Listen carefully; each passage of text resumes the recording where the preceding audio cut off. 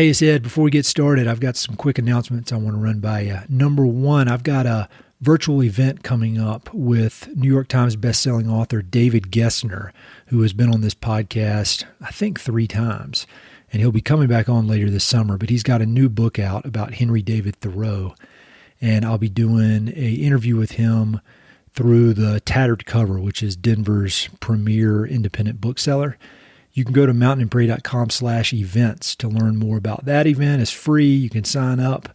If you're not zoomed out, I can pretty much guarantee it'll be a funny and informative conversation about everything from Henry David Thoreau to Theodore Roosevelt to public lands to Wallace Stegner, Edward Abbey. If you've listened to those episodes with Gessner, you know it's always an entertaining conversation.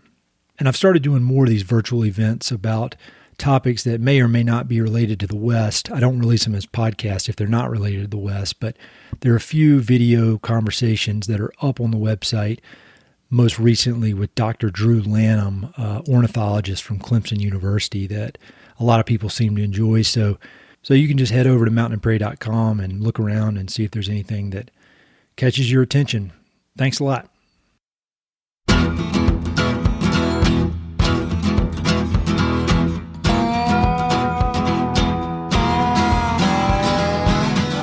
Hey, this is Ed Robertson, and this is the Mountain and Prairie Podcast, where I introduce you to some of the innovative individuals who are shaping the future of the American West. I meet most of these people through my work in land conservation or through my hobbies and interests that revolve around spending time up high in the mountains. My guests include ranchers, writers, entrepreneurs, conservationists, athletes, artists, adventurers, pretty much anyone who's doing important work, has an interesting story, and loves the American West. My guests today are Matt Barber and Joel Doub. Matt and Joel are the owners of Tom Morgan Rodsmiths, one of the West's most renowned custom fly rod companies. I was introduced to Matt and Joel nearly 3.5 years ago and was quickly fascinated by their entrepreneurial journey and Tom Morgan Rodsmiths' storied history in the fly fishing world. As longtime listeners may remember, I recorded a podcast with Matt and Joel in January of 2018. About a year after they'd purchased the company from Tom and Gerri Morgan. In that conversation, we talked in depth about the history of the company, Matt and Joel's unconventional backgrounds, and their plans for the future of Tom Morgan Rodsmiths. It was a fun conversation that led to a great friendship between all of us. But in the more than 3 years since I published that episode, Tom Morgan Rodsmiths has grown in size and scope, and Matt and Joel have continued to evolve as business owners.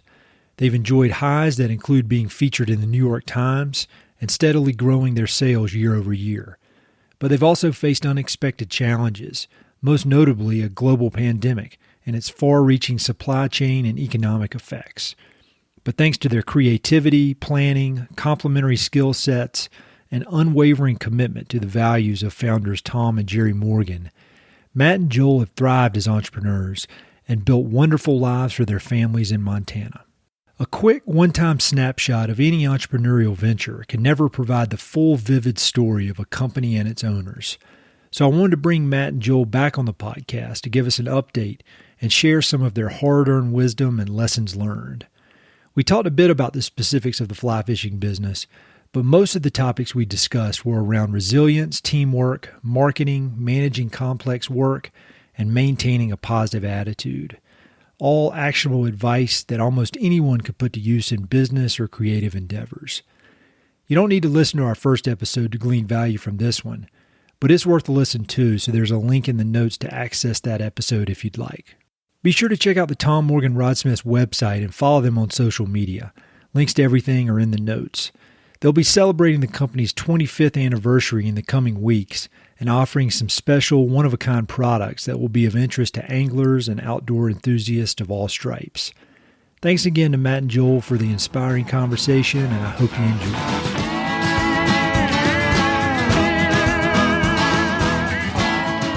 Last time we talked, it was over almost 3.5 years ago. My youngest daughter had not yet been born. You guys had been in business for almost exactly a year.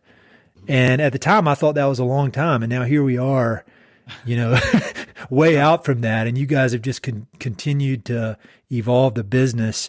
And so I was thinking maybe just as a refresher for people who have started listening since then, could y'all just give quick backgrounds on yourselves, because you're not lifelong fishing industry guys, and then just a quick overview of Tom Morgan Rodsmith. Sure. So I grew up back on the East Coast, grew up fly fishing. My great-grandfather had a pond in the Berkshires of Massachusetts, and we had bass and things in there, and just he was a huge outdoorsman. And so we started at a really young age learning to fish, and I learned to fly fish catching bass, but fishing on the ocean, things like that. So I always loved fishing, and went to college back on the East Coast at St. Lawrence University, and just knew I wasn't really meant to live on the East Coast. No offense to it, but I know the feeling.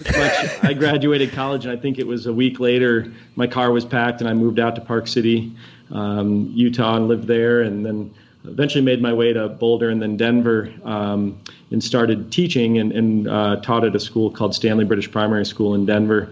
And I was there 17 years and worked my way out of the classroom through doing some admissions, and then eventually was the head of the middle school there. And I loved it. I loved every minute of it, teaching, working with kids. But I think just it's a bit of a pressure cooker on the administrative side, and knew I needed a change. And I also think that I was always meant to be somebody that lived in a smaller town, like a Pinedale, a Crested Butte, a smaller place. And I ended up in Denver, and I loved it, but it just didn't speak to me like the way a smaller place did. So I think the stress of the job and the stress of living in the Front Range in Colorado, as it was growing even before COVID, it was meteoric. And so I needed a change, and Joel and I, I'll let Joel kind of give his background, but we both knew we wanted to move, and knew, started talking with Tom and Gerri about this company at the same time. It was kind of, meant to happen that we started researching buying Tom Morgan Rodsmiths, and it all came together. And Joel, and I'll tell people, you can go back and listen to the old episode for the full in-depth story, but this is great context. So yeah, Joel, can you give a bit of your background? You bet. Yeah. So I used to joke about this. I was born, raised, and educated in Colorado. So I grew up kind of west of Denver, back, when it was kind of a rural place. Denver was a real different city in the 70s when I grew up there, and went to school at Boulder, kind of lifelong fisherman, much like Matt. Got my first fly rod, I think, when I was 6. Grew up near a pond and did a lot of pan fishing, bass fishing, trout fishing when we were camping, and we camped, almost every weekend in the summer and the fall when I was a kid. So explored a lot of the mountains there, and I think kind of fell into different jobs after school. Lived a little bit in Boston and Seattle, so kind of did West Coast, East Coast, lived with friends, and had jobs doing medical research and some nonprofit work, and kind of settled into my real career in Denver, which ended up being in medical device sales, which I really enjoyed for about 15 years, but had an evolution from being in a small company where I felt really connected to our customers and all parts of the process, to being bought by successively larger and larger companies, to where things became very much like corporate America, where things are pretty siloed, and you kind of do your thing and check off the boxes on your goal sheet for the year to get your bonus, but you don't really have much connection to what you're doing, or feel real fulfilled by being parts of a lot of different parts of the process, I guess. And so I think I had a little disenfranchisement there. And then Matt and I both had young kids about the same time, and we're in a group of friends where we would often find each other at parties or gatherings with a beer, lamenting the fact that it took 2 hours to get to fishing, or 4-hour round trip to go skiing, or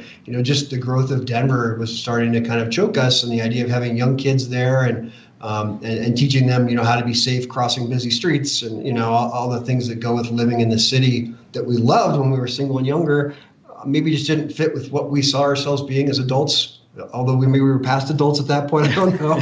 But, and so I think we kind of started thinking about doing something like this and looking around for places to live. And, Bozeman is such a wonderful spot, as I think a lot of people have discovered in the last 4 or 5 years. Yeah. Maybe even before we moved here. We feel like old timers now, but we're certainly not.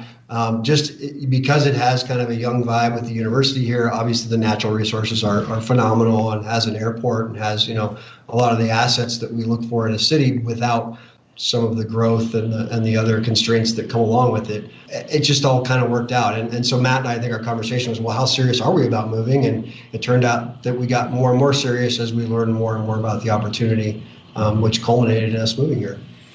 No, that's a great overview. And again, I encourage people to go back and listen to the first one because it's super inspiring stuff. Back then it was inspiring, but now, here we are over 3 years out from that first conversation, and starting a business is tough under any circumstances. And I feel like the last 3 years have been, in some ways, they felt like 10 years. It's just so much crazy stuff has happened. And even during, think in the mid 90s when it was smooth sailing, starting a startup business in the fishing world would be tough. And you guys have done it during this tumultuous time. So I thought it would be interesting rather than just the snapshot of when you guys were getting started and everything was exciting to come back around and give another point in this entrepreneurial journey you're on. One thing to interrupt your question, Ed, we were on a phone call earlier, Joel and I told the story that in our first podcast, how you said, hey, look, I've been to business school and everything you guys are doing is against everything I learned in business school. Yeah. And so I think that's kind of fun to revisit it, through in the lens of all that's been going on in the world and also, kind of a non-traditional business model. I guess the odds would say we probably shouldn't have made it this far, but so it's fun to think back on it. Well, that's when I was reviewing our old episode and looking at the notes, and that was one of the things that stuck out is that, everything they taught me in business school, you guys are doing it opposite. And I remember when I was in business school and they'd have these guest speakers come in, and some of them were like corporate America types. But every now and then they'd bring an entrepreneur. And I remember one of them who was very successful said, I do things pretty much the exact opposite of what they're telling you to do here. And that's the one I remembered. So, just a broad question. How's it been going? How has this journey been since January of 2018 when we first met? Well, first of all, I'll just say, I wish you had told us that second story, because I think we got off our first podcast and said, did you hear what Ed said about how we're doing everything wrong? No, I admire it, man. That's the sign of people who are going to get shit done. I think, the quick summary, I guess, is, we're still here. We're still making rods. I think we've been very fortunate, to have some people that have helped us along the way with some pretty seminal questions and challenges. I always go back to the quote. I think nobody really builds a business on their own these days. Maybe there are a few examples, but it takes a lot of people, I think. And we were super fortunate that Tom had built a relationship or a network of relationships of people that he helped. And so, we've been able to kind of salvage that and pay that forward a little bit and have people that we never thought we'd be on the phone with that helped us figure out why a ferrule broke, or who do you call when you need this part, or what's wrong with this material? Why isn't anybody using it? Or, things you just wouldn't know and you wouldn't think to ask because you didn't know they were even a question. And so we've been really lucky in that regard. I think, in some weird ways, the pandemic for fishing and outdoor sports in general has been a bit of a boon. We certainly are busier than we've ever been and have had our best months since the pandemic started. I think some of that is just people reevaluating their life choices and maybe saying, I do want to fish more. I don't want to retire and have bad knees and said I didn't fish, with my kids. And so people, I think, as a general rule and a mindset are thinking this is something I've always wanted to do and I'm going to take the opportunity now. And a lot of those bucket list items have to do with fly fishing in particular and sports and hobbies in general. It's funny, I listened to NPR this morning, and I don't listen to it that much, but there was an economist on there, and the reporter was basically asking him the question of what the hell is going on with our economy right now. And the economist doesn't know. I listened to one that said that yesterday. It was the New York Times. Yeah. You have all these labor shortages, but then home prices are crazy and people are buying fly rods from us. There's like this weird combination of factors, and we're all kind of along for the ride. And so I think we feel pretty fortunate to be having growth during a time when I think a lot of industries didn't have growth. And I think for, March and April last year, we thought, oh gosh, where's our growth? Because it was really slow. And then it started to pick up in May, and it's kind of gradually gained steam for us to the point where I think we're doing better than we ever have. And that has to do with, I think, all those combination of factors. I would say just real quickly, and then I'll let Matt talk to it as well. I think one of the things we've learned is when we did this, we did write a business plan, and we did say, like, these are the risks. What are the worst things that could happen to us? Let's think if Tom dies shortly after we bought the company. Well, Tom passed away about 6 months after we bought the company. And I would just say to people that are planning to do some of these ventures, you really have to think about worst case scenarios, and not in hey, I identified that and I wrote it down, I'm good, but like, what do you do when they happen, and not even what you're going to do to mitigate them, which I think we approached it as kind of like, how do I mitigate this risk? But more like, what's your actions, or what can you do when it happens? When you lose a supplier, or you don't have a rod that works, or your product is breaking, or all those things that can happen. They're probably, at least half of them are going to happen. And so I think you really have to think about if that's a death knell for your business, if that were to happen, or if it's something you can overcome. Did you guys, in that plan, was there a part about a bat in China causing a little bit of trouble? Oh yeah. We had the penguins in there for sure. Yeah. I even called it with the canal. I was like, if our ship gets stuck sideways in the canal, how do we overcome it? Yeah, visionary. So one question just about you guys in this journey. I remember when I used to live in Boulder, there was this startup incubator there called Techstars, and I had some friends that were in it. And one of the things that stuck out in my mind, I mean, I'm as far from a tech guy as you could find, but one of the things that stuck out in my mind was that Techstars would not accept businesses that were run by a single founder. It couldn't be just one person with a good idea who was cranking this thing out of their garage or whatever. It had to have at least two co-founders. And I'm kind of a lone ranger sometimes. So I was thinking, I don't know that I could do that. And so I was wondering if y'all could talk about the benefits, challenges, benefits, whatever, of being co-founder, not co-founders, but co-owners, and maybe what each of you over the last, 3.5 years since we talked, what you've determined that each of you are good at, or what you bring and how you complement each other and how important that is. I think that book has probably been written out there about founding companies and strengths and challenges. And I think I'm just guessing, there's strengths and challenges to both directions. I could see why, those incubators say, you don't want a single founder because it all lives in one head and there's no checks and balances. So I'd say that's the greatest benefit to me of both of us doing this, is that, if I was going down some rabbit hole of like a new product I wanted to develop or a partnership I wanted to have for the company, and I was chasing that and it became my obsession, there's nobody to ask questions at that point and say, is this good for our vision overall as a company? Does this get us where we want to go? Or, and I think that, two people have that many more connections, that many more conversations, out and about at trade shows or people we meet. And so I think we bring in twice as many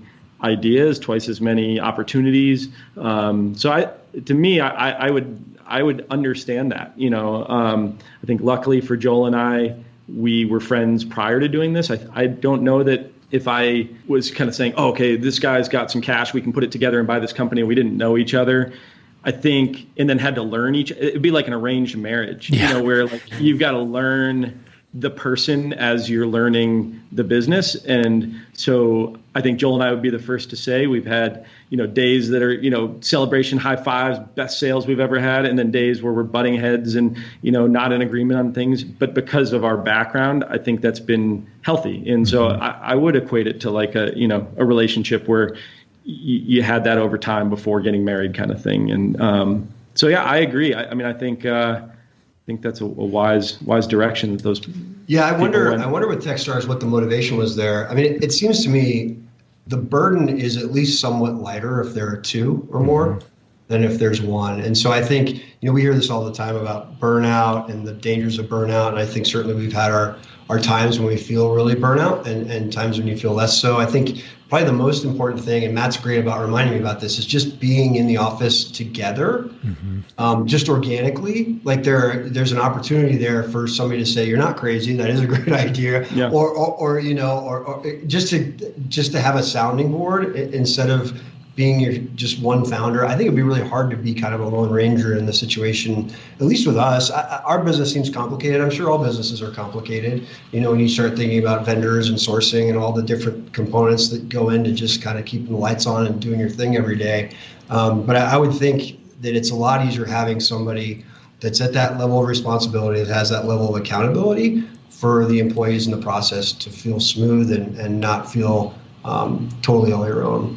I think Matt made a great point too. Like, I can't imagine doing it while you're learning somebody else and starting and running a business. I think that would be pretty tough. Yeah, it would be. But then, kind of the people who listen to this podcast, I think when I say that I'm cynical, they're surprised because I think I'm the best version of myself when I'm talking on this podcast. But, there is the other side of, they always talk about don't go into business with family and don't go, because it can, those people very well. And then if things go sideways, you've got challenges in your family. So, I think that's awesome that you are good friends, but I don't think you should overlook how, right. How impressive it is that you've been able to stay really good friends, because there's a long list of people that go into business as friends and then it doesn't work out. So, I think that y'all are in the middle of it daily, but I think that's a huge accomplishment that you shouldn't take lightly, because it can be rare. So we heard of a company at the very outset that we know of. I won't throw the name out there out of respect for them, but small, like our size, small company, and two friends bought it. And they weren't successful. I think it was a matter of a year or so that they had basically run it into the ground. And the story that we heard was about the dissolution of the company when they were, I don't know who was repossessing the machinery and that kind of stuff. And these two good friends were at opposite ends of this warehouse, facing away from each other, arms folded, and not willing to talk to each other. And I remember that, just the image of that story really striking me. And because we were in the honeymoon phase, it was about that time we were talking to you, and everything was going to be perfect. We were going to make millions of dollars selling fly rods. It was going to, we're going to change the world. And then hearing this story, and I remember it was a good shock, and it was kind of like, oh God, I don't want that happening, to stand in a corner and do that. So I would say the other thing that's made us pretty lucky too is that we're different enough in the way we do things that there's more complement than there is redundancy. Yeah. And I don't know if that's something you can choose when you're choosing a business partner, but I think if you're able to fill in the gaps around each other somewhat, that makes it a lot easier to work with each other. Yeah, because the other one's strengths, you can delegate. You don't really have ownership because the other person is better at that. The things I enjoy doing might not be the things Matt enjoys doing. So either there's some enjoyment there too that just is natural instead of forced.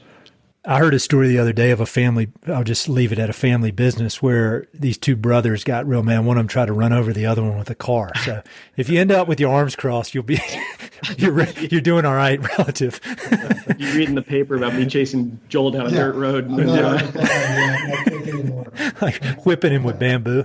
So one of the things that I've been so impressed with it from our initial conversation, and full disclosure, we've gotten to be really good friends, and I've stayed at your house. I mean, and I've been to y'all's shop, and we've stayed in very close touch. And obviously y'all, you have your messaging down for the business, but even when we're sitting around shooting the shit or on the phone or in person, I feel like both of y'all, a thing that comes up that I've noticed is your respect and reverence for Tom and Gerri, the original owners.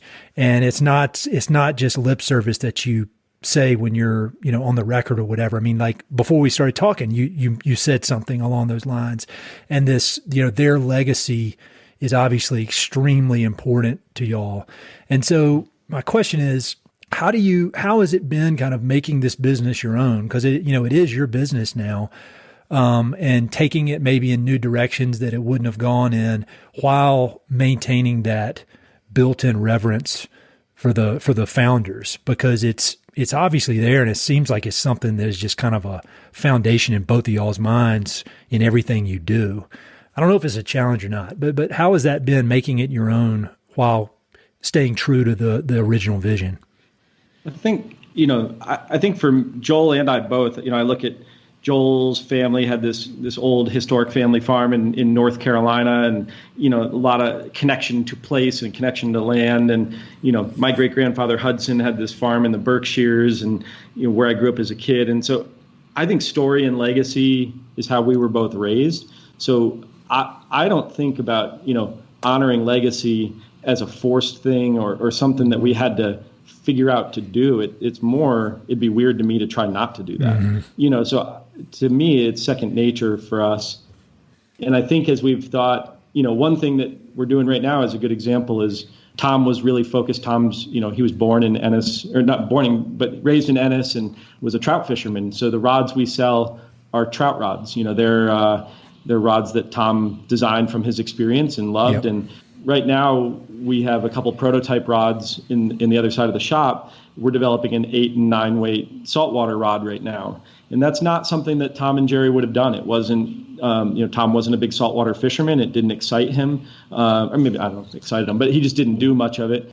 Joel and I happen to love it. We love trout fishing. We also love, chasing stripers and albies and, permit and bonefish and tarpon and love it. So a passion project for us was to develop this new line of rods that, we hope we're going through the prototype process now and hope to have out fall or winter coming up. And it's been really exciting to develop a new rod. But at the same time, we've taken the core principles.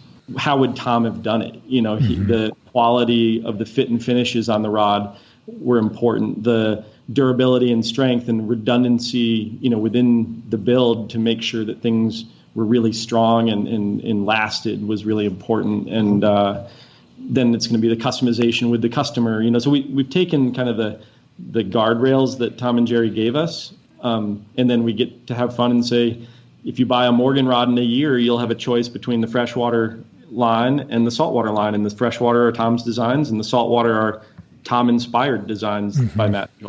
Yeah, I don't know if I have much to add to that. Honestly, it's funny. As he answered that, I was just thinking about the fact that we both had a lot of reverence for our parents and our grandparents and our families. And so I think that idea of coming from something instead of doing this all on your own, I think that's pretty natural for us. And Tom and Gerri both are such a part of the fabric of this. And, we talk about starting a new business. We didn't. We bought an existing business. And so that's part of the benefit we had is we bought into a brand that was Tom and Gerri and their story and their history somewhat, which really helped sustain us in the early days, I think. Not that we were trying to invent something new. We were trying to carry something on. And I still tell people this is the only way we know how to make rods is what they taught us. Mm-hmm. And that's the foundation of everything we do. We certainly do some things that we developed on our own at this point because it's been years, but it all comes from that. And I think we're thankful for that. And like Matt said, it feels pretty natural for that to be something that we pay homage to on a regular basis. Yeah, that all makes sense. And I think that's a great explanation for what I've seen, from both of y'all for a long time now. One of a very exciting thing, it was probably about this time last year, I guess, was that article that popped up in the New York Times about you guys.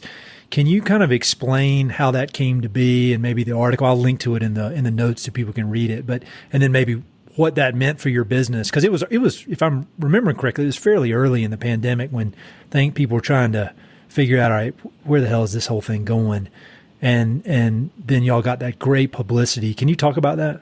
Yeah. So we had done an article with Big Sky Journal, and Janie Osborne, who's an amazing photographer, she just does great work, was the photographer for that piece. And, when you do any kind of photography with somebody or any kind of, writing or anything, they're in your space, they're around you a lot, you develop a relationship. So we got to know Janie really well. And we're more beneficiaries of her talent. She regularly has pieces in the New York Times for a variety of subject matter. And so Janie, did all this photography work for them. And so we pitched this idea of doing a piece about the legacy of our company and what we do. And Janie threw it out there. And, it was one of those things you hear radio silence for a while. And then out of the blue, we get a phone call that says, yeah, they think it's a great idea, and let's go with it. And what was unique about that article was it was a piece that was more of a photographic essay, so it was more about the imagery.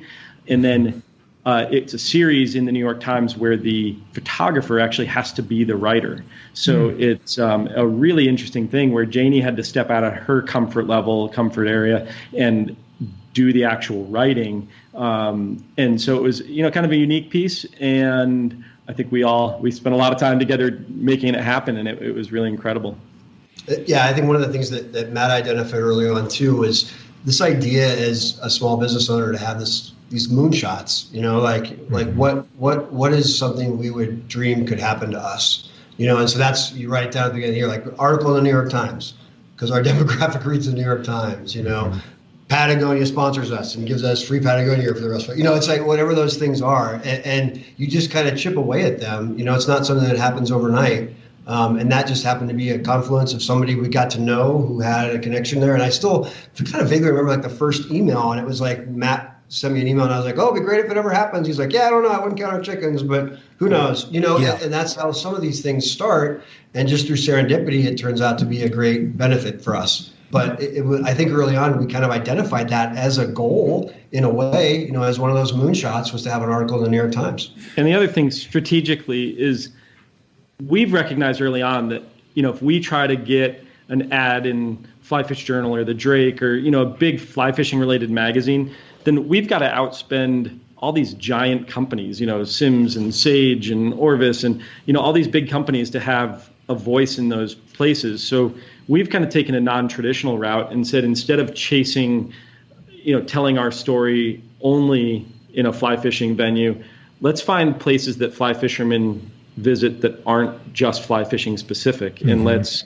tell our story there. And so even like your podcast, this isn't the world of fly fishing with Ed Roberson. It's like we're reaching out to people who may or may not fly fish. And the funny thing about the Times article that I heard a ton was, and my mom does this too, but an article would come through about fly fishing in the Times, and everybody's mother seemed to send them a copy of that article. It's like, oh, did you hear about these guys in Montana that make these fly fishing poles? And and we had our customers write us and be like, yep, my mom sent us the article. And so it definitely spread around the fly fishing community, even though it was a non-fly fishing piece. But Matt, your marketing strategy, that's the exact opposite of what my business school professor said you should do. When are you going to learn that? I want to talk more about your marketing, because I feel like y'all have done so great with it. And we talked about this a bit on, offline, but I remember one time you said, like, maybe Outside Magazine had a little blurb about your business, and then you went on somebody's podcast around the same time, and the podcast had so much more of an influence on business in the door than the blurb. And I think everybody, myself included, would think, oh man, if I could get an Outside Magazine, that would be it.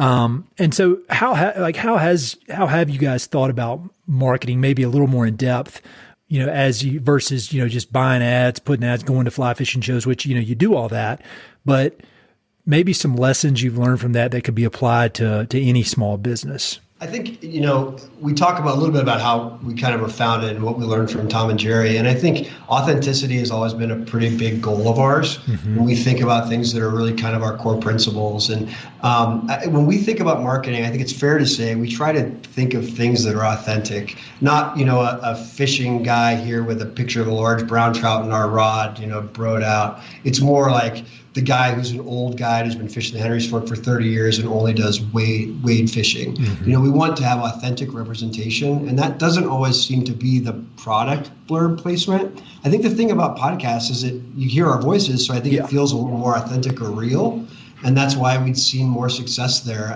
I think part of that is trying a lot of different things to see what sticks, and then you double down on the things that seem to stick. The challenge that we identified early on, maybe even before we bought the business, which I think still remains the challenge, is how do you get people to find out about your company organically? Because Tom and Gerri were so limited by their circumstances and Tom's health, they couldn't go to shows, they couldn't go travel, they didn't have bandwidth to do more. A lot of the challenges are not that we don't have a great product. It's that how do you get it into people's hands or make more people aware of it? And that's been a real challenge for like year after year. It's a really kind of tough nut to crack. And we have a bit of a non-traditional distribution system too. So a lot of people buy fly rods at your fly shop. We don't make enough fly rods really to support a dealer network that way. So we had to try to brainstorm different ways to authentically represent our product to people that maybe are a little outside of our audience, or maybe fly fishermen that are consuming other goods that would then see it, things like shotguns, or like Matt said, podcasts that are more about the West, or maybe it's a geographical connection. Or we get all the time like, oh, you guys are in Montana. Like, people have an affinity for Montana. They may not actually be fly fishermen. So we always try to make sure that people know we're in Montana. We put Montana on our hats. We make sure that people maybe don't fly fish feverishly, but they know about Montana or want a Montana good. And that's another way to try to come about that. I don't know what your thoughts are. I think, as you know, Ed, we talked about the podcast, the beauty of it, it's evergreen. Someone can go listen to an episode that you recorded a year and a half ago, it's old to you because you've moved on in the recordings. And to your faithful listeners who listen to every episode, that's an old one. But I all the time am picking up podcasts that are 2, 3, 4 years old or even discontinued, but it's brand new to me. And whoever underwrote that ad is still relevant. So, I think that's a neat thing about podcasts is how they are always new to the person listening to it for the first time. And I think y'all's story is just really perfect for the medium because you both are so interesting individually. The story of how you acquired the business is so interesting. The backstory of the business before you had it is interesting. And it's the kind of thing that could not be explained in even like a 1,500 word article in a magazine. I mean, you couldn't get the nuance of it unless you're just a master writer. But I think, obviously you make extremely, extremely high quality stuff, but I think the story is also part of what people are excited to buy. And so anyway, it's funny that we met through this podcast. Your cousin introduced us. It's good for me too. It's fortuitous, but you kind of asked me earlier, maybe it was even before we did the podcast, like what are some things even the pandemic has brought to light or shown you? But, we had a direct to consumer model that was web-based. And before the pandemic hit, we had sought out some funding from the state of Montana, got a grant to update our website. So we brought it over to the Shopify platform. We were able to hire some photographers to get some really nice imagery and capture the story. So we had made that move prior to COVID really happening.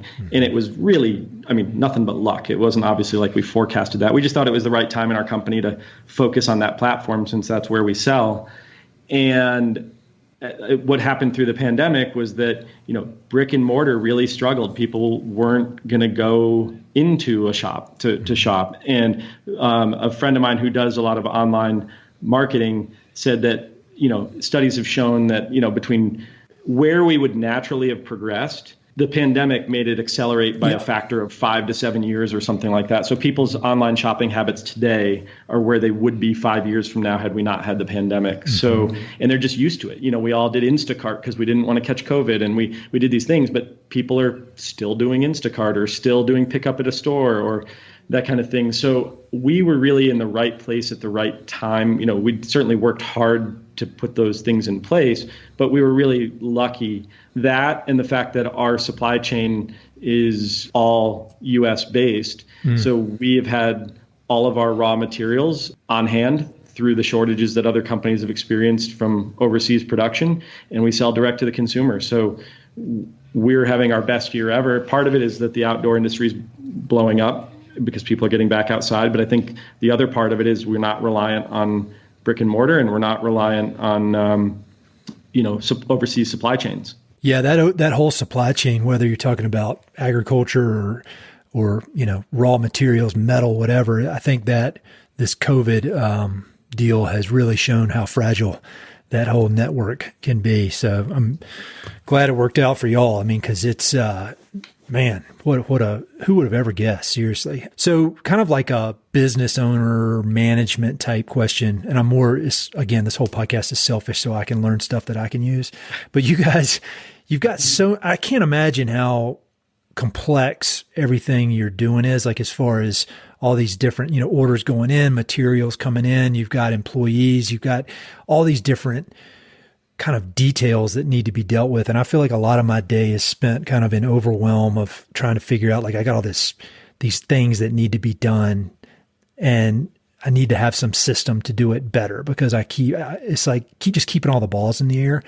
What have y'all learned? What has worked for you over the last 3 years of just, do you have any systems in place or anything to manage that? Or is it you hire really great people? How do you keep all these balls in the air? And again, because I'm trying to figure out how to do it for myself. Well, I think it's a combination of things. I think Matt is significantly more organized than I am, which helps. Yeah. So I think part of it is hiring really good people. Hiring has been difficult. I think we've been lucky to have some really good employees that had some level of experience, or I think what we probably look for more than anything is the ability to solve problems independently. And that's a tough thing to find. But like one of our employees just is great about, taking something and figuring it out. and we've had a succession of employees that have filled that role, which has been really lucky for us. I think moving to the new platform, the Shopify platform, I was just sitting here trying to think of the old platform, how it would have worked with this volume, and it would have been a challenge. So I think some of the things we did in advance of the pandemic, because we thought it was good for the business or good to have that process in place, have really benefited us as things have ramped up a little bit. Mm-hmm. I think there still is a fair amount of things we could integrate. Like shipping for us is still maybe not as integrated as it could be. And there's some things we do ad hoc just because we like to have a personal touch. If somebody calls and they want to rod FedEx tomorrow, we do everything we can because we still feel like that customer connection is so important to us and such a part of what we do, that we don't want it to be, an anonymous service center that they call to get something expedited or find out status. But some of those things are pinch points, I think, if you were to look at the ops model from a business school standpoint. But part of that too is authenticity for us and dealing with Matt and I directly when we're building something for you. And, I think we don't want to lose that. It's funny. I think Tom always said, we had kind of rose-colored glasses when we started this. We thought we'd be making, so many more rods by now. And Tom always said, the number of rods you can make will be dictated by the quality of the rods you're making. Mm. Once that quality suffers, you'll know you're doing too much, or you don't have enough people, or, something has to change. And so we kind of use that as a guiding principle a little bit to know if we're doing okay or not. Are the rods really good? Are they suffering? Are people sending things back? Are they disappointed? Are they buying more rods, on the plus side? So we use those all as kind of gauges for if we're doing okay. I think, on a big level, I think one of the things probably in a small business, whether you talked about co-founders or a single founder, is to want to own everything. And I think one of the things that helps is empowering employees to make their own decisions. And, a great example today is, a customer wrote us an email that typically Joel or I would respond to. And one of our employees jumped in and responded to the customer just like Joel or I would. But it took that off our plate. I didn't have a to-do item today that was to reply to that email. And I'm really excited that he just took it upon himself to reply and not say, oh, that's an owner's job or that, that kind of thing. On a really small level, the thing I've learned is despite how good you think you are, you can't remember everything. Yeah. So I have a notebook that it was back from my days, in the school where I was always walking meetings and parents and other teachers and kids and stuff, and just this little Moleskine notebook that sat on my, it was in my hand at all times. And no matter how little the idea is, you just got to write it down and stick with it because I go through these little periods of bravado where I think I'm really smart and I have any memory left, and I'll remember that, and then 2 days later it's gone. So I think writing down every single thing is important. Yeah, I think I still believe in that mantra. If you don't write it down, it didn't happen. Mm-hmm. No, I'm with you. I mean, find ourselves coming through notebooks looking for our old notes. Yeah, that's exactly the same one. That's notebook. Yeah. Yeah, I mean, I'm holding up my notebook right now. Yeah. That I've also found with the writing it down. I mean, it's such a basic thing, but I think it can get lost. Is that it's energy to try to remember and make sure I don't forget stuff. And if I have this system in place where I know, right, I write it down and then it goes wherever it needs to go, and then I don't have to think about it anymore. Because I think there's some productivity kind of guy named Cal Newport that I really like his stuff, and he talks about having open loops, like stuff in your head that needs to be done and needs to be finished, and you're trying to manage all of it. And as simple as having this notebook with me all the time, writing down every thought that comes into my head, and then I'm done with it. Like I don't have to worry about it. It's huge. Yeah. I was feeling frazzled the last couple of days. Too much was out there. And I sat down this morning and just took my notebook back out. And every single thing I could think of, whether it was a vendor thing or emailing a customer or asking a question to Joel or anything, I just wrote down a fresh list of every single thing I could possibly think of. And it relieves the stress because your brain isn't trying to make sure those balls are still in the air. And it doesn't mean completing every one of those things this morning. It just means recording everything and then biting into it. Getting it out of your head, brain dump. Well, who wrote that book about the open loops? Cal Ripken? Cal Ripken. His name's Cal Newport, and he's like I'm just making a quick note. No, he's got a book. He's got a bunch of them, but one of them that was really impactful for me is called Deep Work, and it's about just the need to be able to spend time focused and not being distracted. And then he's got another one called Digital Minimalism, and then he's got a new one that just came out that I have not yet read yet called A World Without Email, which I love the title. And so, but he's got a podcast too, and he's a computer scientist by trade.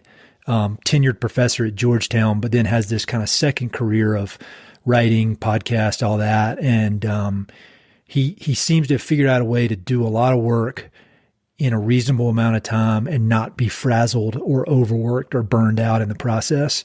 And it's pretty practical. It's not like life hacks nonsense. It's practical advice.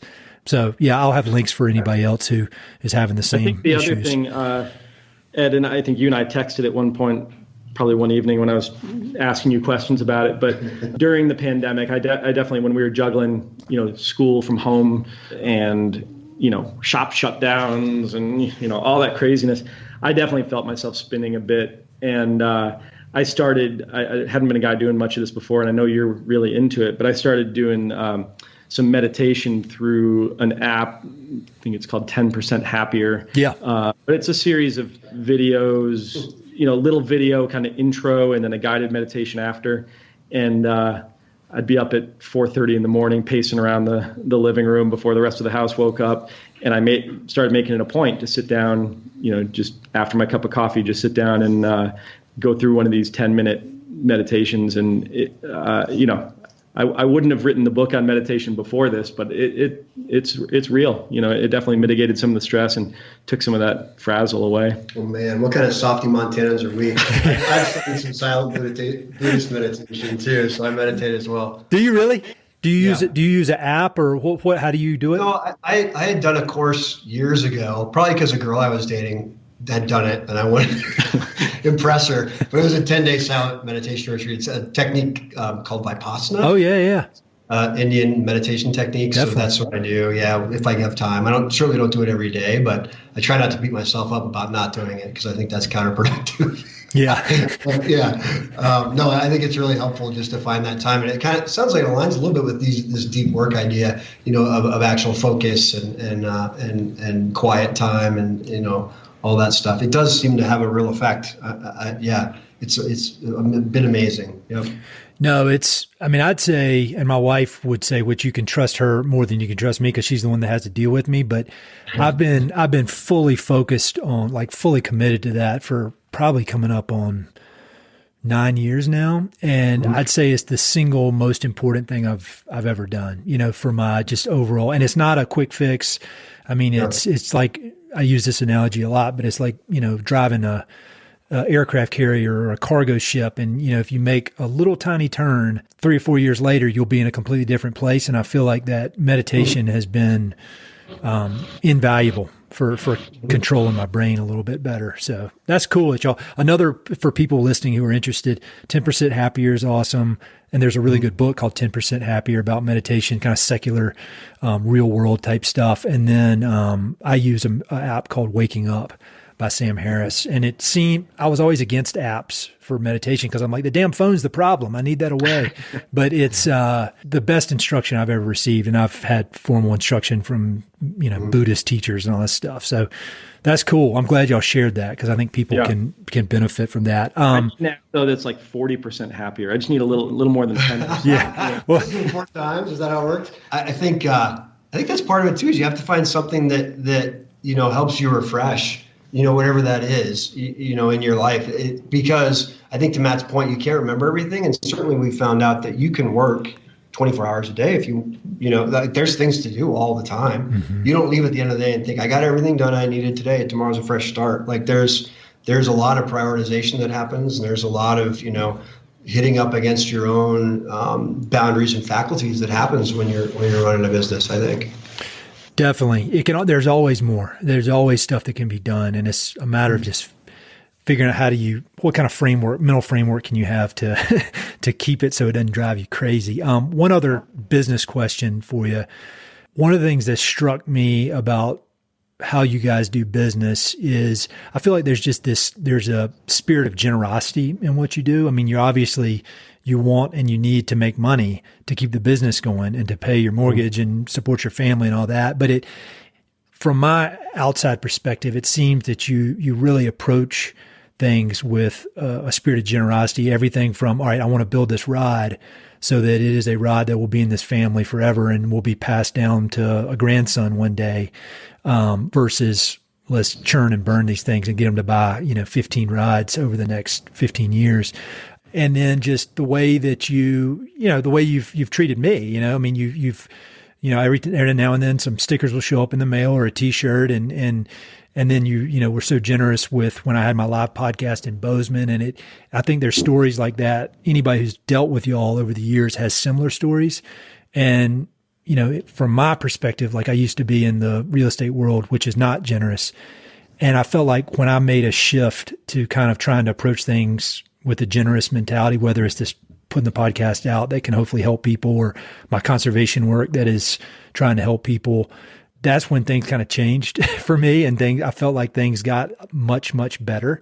And so is that a conscious choice y'all made to approach your business like that? Or is it just how you're wired? I think, like Joel said, just trying to be authentic and genuine about everything you do. If we tried to write that into the business plan or tried to suddenly start doing that, I think it would be disingenuous and it wouldn't work. So I think that I've never thought really about that. I mean, as you say it, it's really nice to hear. And I hope other customers and employees and people have had that experience with us. But I got to think that's just a bit about how we're hardwired and how we approach things. Because I've never really woken up in the morning and said, I need to make sure I tick off a couple generous acts to, make the business work. I think that's true. I think I've been working on this mantra lately, or working off this mantra. It's certainly not mine, just of trying to work hard and be nice to people. Mm-hmm. I feel like is a really nice way to go through life. And I really, like Matt said, it's nice to hear that you've had that experience. And we certainly hope that everybody has that experience. I think we oftentimes have conversations like, I guess it's maybe coming from a place of feeling like things are more bountiful than they seem. Like there's more room for us or for people to get our products, like we give people things, like, should we do this to help, or should we, we feel bad about the way something turned out, so we want to help or make somebody feel better. I think we want people to have positive experiences with our products and with us. And so I guess that's probably what guides it. I don't know that it's a real conscious thing for us so much as it's just something that flows out of. And I think Tom was always pretty generous with knowledge and time too. Mm-hmm. People still call us and say, well, I called years ago and Tom is actually the guy that answered the phone. Can you believe it? And so that idea of just being pretty authentic and upfront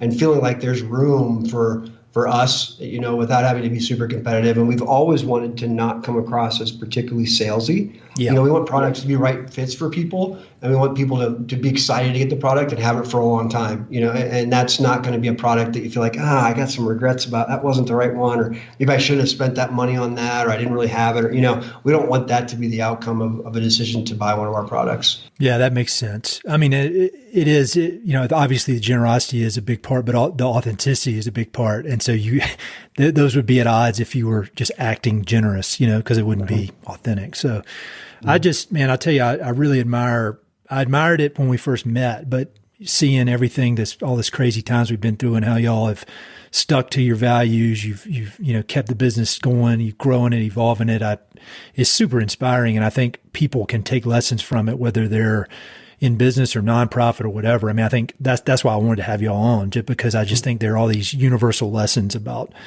work that are important. One non-work question for you.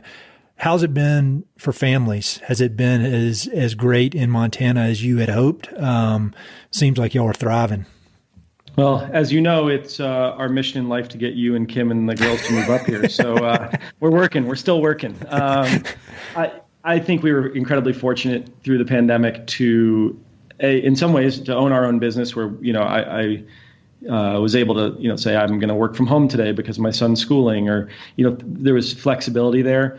And then the other thing is the amount of just space and the lack of people that we have up here, even though Bozeman feels crowded and it does feel like it's growing. I felt very fortunate during the pandemic, that my life wasn't as affected as, maybe other family members of mine that don't live in Montana. I was able to get done with work and get in the truck and go for a mountain bike ride or go ski at Bridger or go fly fishing.